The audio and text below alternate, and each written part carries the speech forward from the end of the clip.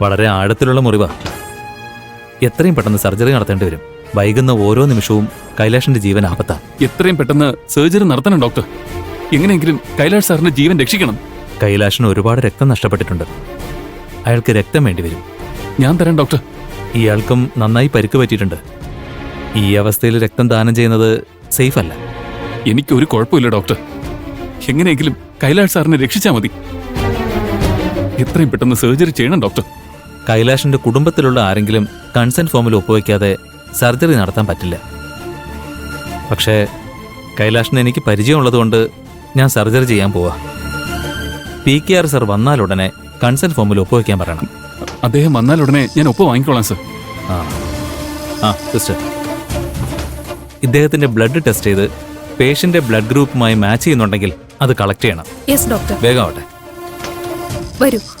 Sister, Kailash സാറിന്റെ വീട്ടിലുള്ളവരെ ഒന്ന് വിളിച്ചറിയിക്കണം. എന്റെ ഫോണ് കാറില്. ശരി.